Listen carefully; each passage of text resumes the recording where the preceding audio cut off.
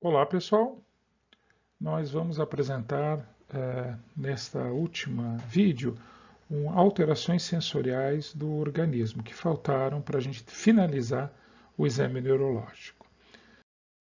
Bom, nós temos algumas alterações sensoriais que no exame devem ser avaliadas, sendo que uma dessas alterações são o que nós chamamos de hemianestesia. O nome chamado hemianestesia está relacionado quando o paciente perde a sensibilidade de toda a metade do seu corpo.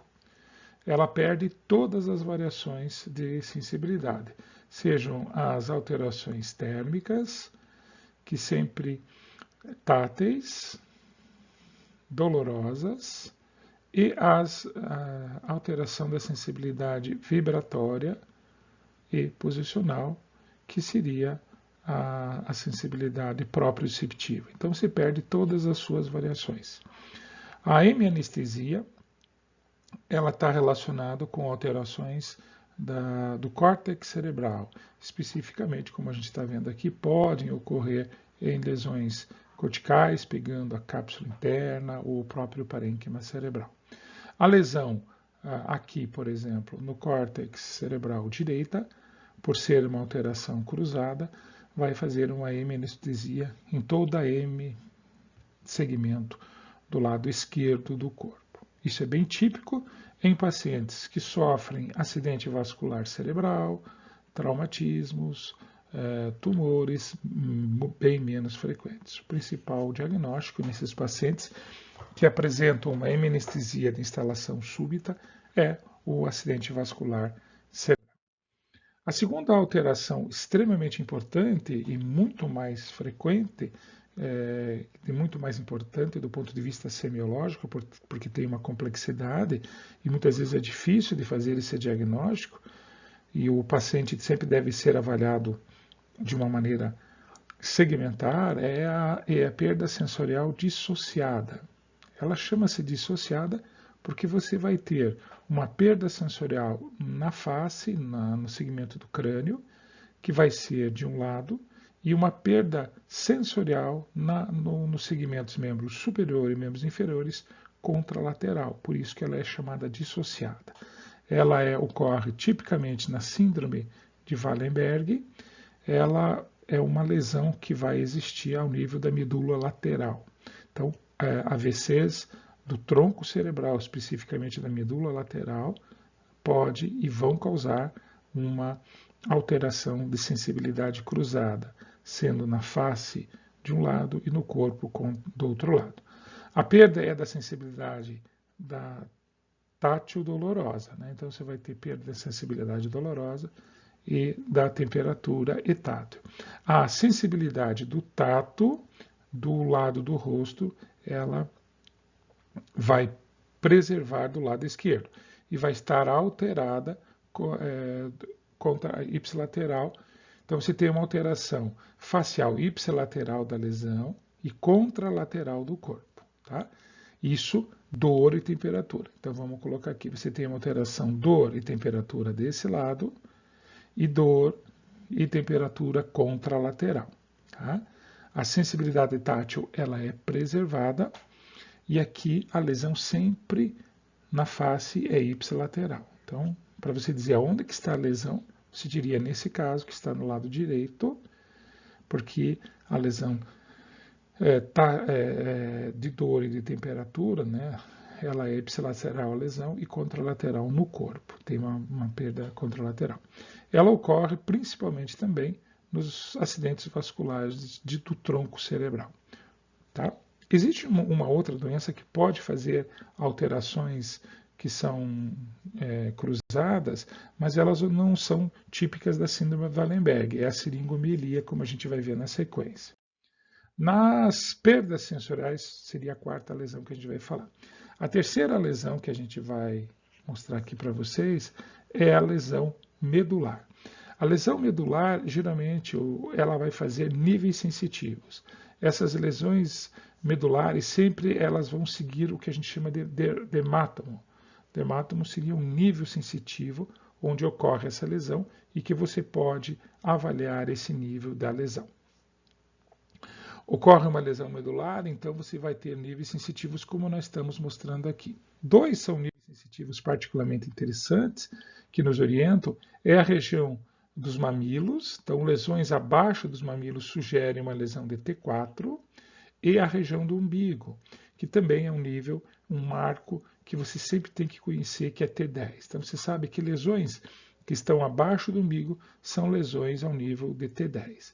E desta maneira, claro que se o paciente tem uma perda sensorial um pouquinho para baixo, um pouquinho para cima, você tem essas duas coordenadas que ajudam bastante você fazer o diagnóstico de que nível foi esta lesão medular. Geralmente as lesões medulares são por traumas, quedas de níveis e principalmente armas pérfuro-cortantes, como tiros, que vão fazer uma lesão completa da medula.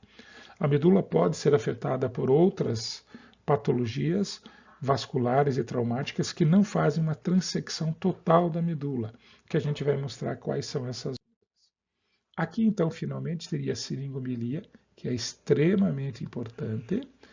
Ela também apresenta um nível sensitivo, um dermátomo, e ocorre, nas seringomielias, ocorre uma perda da sensibilidade térmico e dolorosa, havendo preservação do quê? A preservação da sensibilidade tátil e proprioceptiva. Então, o indivíduo perde a sensibilidade térmica e a sensibilidade dolorosa.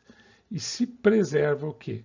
A sensibilidade tátil e proprioceptiva. Mas como é que isso ocorre? Vamos ver aqui, essa imagem vai nos ajudar bastante a nós entendermos isso. Então, geralmente, seringomilia, seringobubia são processos onde ocorre formação de verdadeiras vesículas dentro da medula.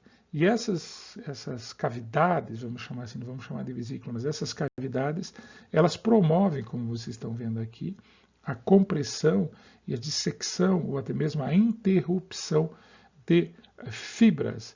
E essas fibras, principalmente, são as fibras que cruzam. Essas fibras que cruzam são as fibras de dor e temperatura. Por isso você perde a sensibilidade dolorosa de temperatura, mas você preserva a sensibilidade tátil e de posição, que seria a proprioceptiva aqui, a de posição. Tá? Então, isso sempre tem que estar atento. Aqui vocês veem uma imagem, uma ressonância, mostrando uma lesão cavitária dentro da coluna cervical e se estendendo até lá o início da coluna torácica. Tá? Então, uma cavidade bem grande, vocês estão vendo aqui essa cavidade toda, bem grande. Essa cavidade é uma seringomilia que faz uma cavidade que vai comprimindo as fibras dolorosas e térmicas especificamente. Só para você lembrar, e aqui nós vamos falar de algumas outras lesões da medula, da coluna especificamente e da medula, que na medula, obviamente, nós temos as vias descendentes, que são vias motoras, que nós já falamos, do trato córtico-espinhal, trato piramidal e tudo mais, e as vias ascendentes, que são as vias espinotalâmicas. Né? Como, por exemplo, a gente viu agora, há instantes, a perda da sensibilidade dolorosa e de temperatura, que é o trato espinotalâmico lateral. A cavidade ela comprime esse trato espinotalâmico lateral. O tato leve é o trato espinotalâmico ventral. E essa é uma característica muito, muito interessante e importante, que o corno posterior, né, a coluna posterior da medula, ela é responsável pelo tato fino, pela propriocepção, aquele examezinho do dedo que a gente põe para cima e para baixo, e pela vibração, sensibilidade vibratória, que é aquele exame que a gente utiliza do diapasão para ver a sensibilidade vibratória lá com 128 Hz. Nós temos também o trato córtico-espinhal lateral e o trato córtico-espinhal anterior aqui, como está, que acho que tem um erro, não é lateral e sim anterior. Então nós temos esses dois tratos córtico-espinhais lateral e o anterior, que vem também do córtex de direção à atividade motora. Tá? Bom, a quinta perda sensorial, a gente já vimos várias, né? A quinta perda são as perdas sensoriais distais e simétricas. Então você vê na mão, você vê essas perdas sensoriais distais e você vê nos pés, eles além de ser distais, preservando o restante do corpo, eles também são simétricos. Isso a gente chama de alterações sensoriais em luvas, porque parece que o indivíduo está usando luvas, ele tem um padrão de luvas, ou em botas, porque parece ter um padrão também de bota, como vocês estão vendo aqui, né? Ou bota ou luva. Esses são típicos das polineuropatias, as polineuropatias periféricas. Polineuropatias periféricas.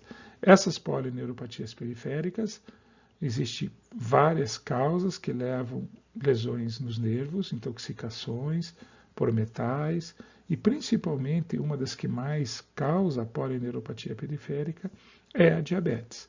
A diabetes mellitus é uma patologia que pode e vai causar muita polineuropatia. Okay? Nós vamos ver no dia a dia, vocês vão ver que esses pacientes perdem as sensibilidades distais.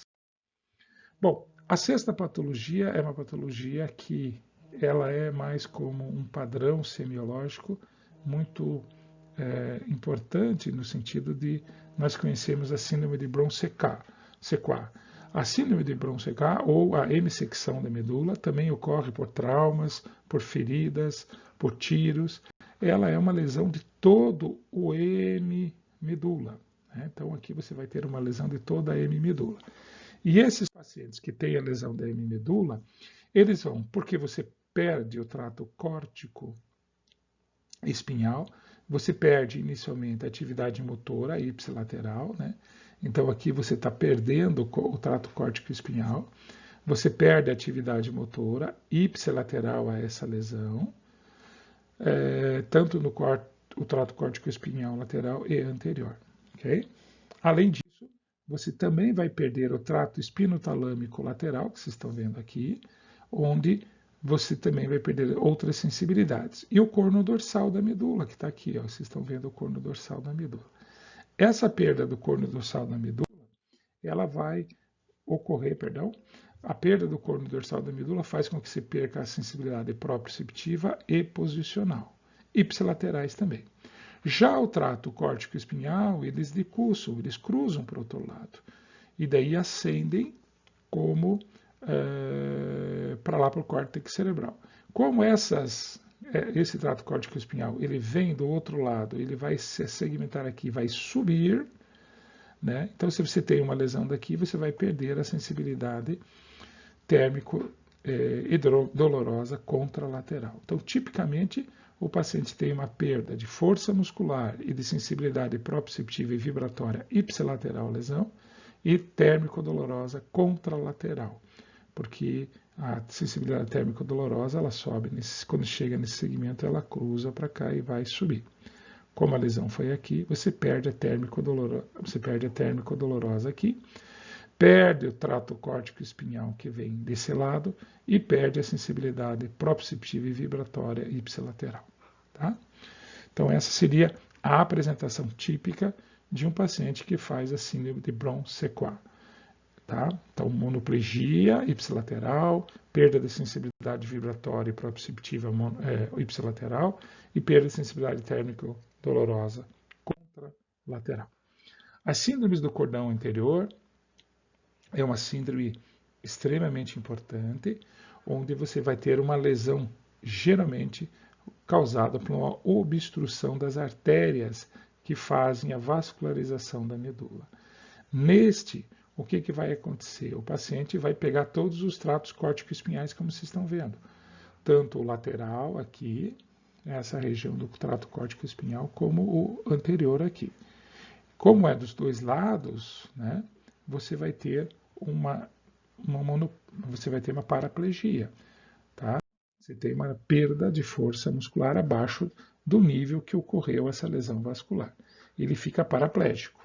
Claro que, como as raízes cervicais vêm aqui por cima, né, saem aqui por cima, você não vai ter uma tetraplegia, e sim você vai ter uma paraplegia nesse segmento. Então, perda da força muscular abaixo do segmento onde houve a lesão. Okay? Bom, você vai ter uma perda da sensibilidade térmica e dolorosa porque a sensibilidade térmica dolorosa, elas fazem aqui pelo trato espinotalâmico lateral. Esse trato espinotalâmico lateral e também o trato espinotalâmico anterior, eles estão lesados. Então você perde sensibilidade térmica dolorosa aqui. Mas como o cordão posterior, olha como o cordão posterior está preservado aqui, ele não é alterado pela vascularização. Então você tem essa desproporção, você tem uma perda de todos os segmentos das sensibilidades térmicas dolorosas, mas a sensibilidade proprioceptiva e a sensibilidade vibratória, que está aqui, nessa região, ela é preservada. E o paciente mantém essa sensibilidade de uma maneira adequada, sem que ele sinta nenhuma alteração. Então, quando você vai pegar o dedo e posiciona o dedo, o paciente sente a posição do dedo. Quando você põe o diapasão na região pré-tibial, aqui na crista ilíaca, né, até mesmo aqui na região do externo, o paciente vai sentir tranquilamente essa vibração sem nenhuma alteração. Pessoal, era isso. Queria agradecer o tempo que vocês tiveram e só avisar que essa semana nós teremos a prova de propedêutica. Aproveite o final de semana para estudar. Eu prepararei as questões para a semana que vem. Nós teremos 2 dias para fazer a prova. Eu aviso os monitores e eles vão entrando em contato com vocês. Muito obrigado. Um grande abraço a todos.